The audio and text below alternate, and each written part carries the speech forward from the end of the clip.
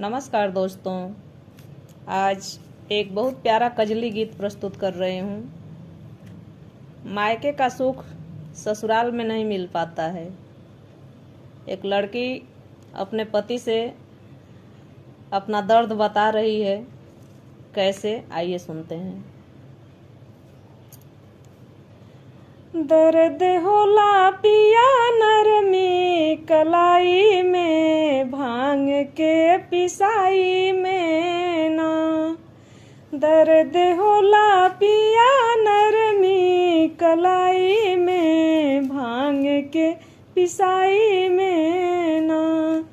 सुनी ननद जी के भाई, हमसे भांग ना पिसाई, हमसे भांग ना पिसाई, हमसे भांग ना पिसाई। सुनी ननद जी के भाई, हमसे भांग ना पिसाई। आग लगे तोहर नशा के खवाई में, भांग के पिसाई में ना। आग लगे तोहर नशा के खवाई में, भांग के पिसाई में ना। दर्द होला पिया नरमी कलाई में, भांग के पिसाई में ना। दर्द होला पिया नरमी कलाई में, भांग के पिसाई में ना। सुखे नैहर में कैली, अपने मन के घूमली खैली, अपने मन के घूमली खैली, अपने मन के घूमली खैली। सुख नैहर में कैली, अपने मन के घूमली खैली। दिन कटल स्कूल के पढ़ाई में, भांग के पिसाई में ना।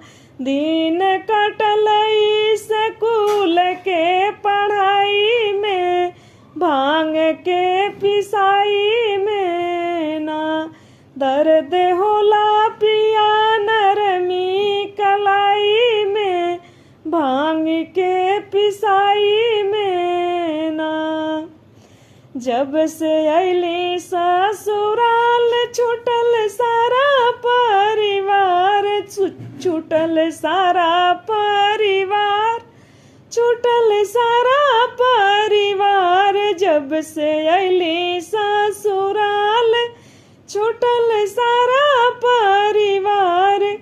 महादेव यही सिंदूर के डलाई में, भांग के पिसाई में ना। महादेव यही सिंदूर की डलाई में, भांग के पिसाई में ना। दर्द होला पिया नरमी कलाई में, भांग के पिसाई में ना। आग लगे तोहर नशा के खवाई में, भांग के पिसाई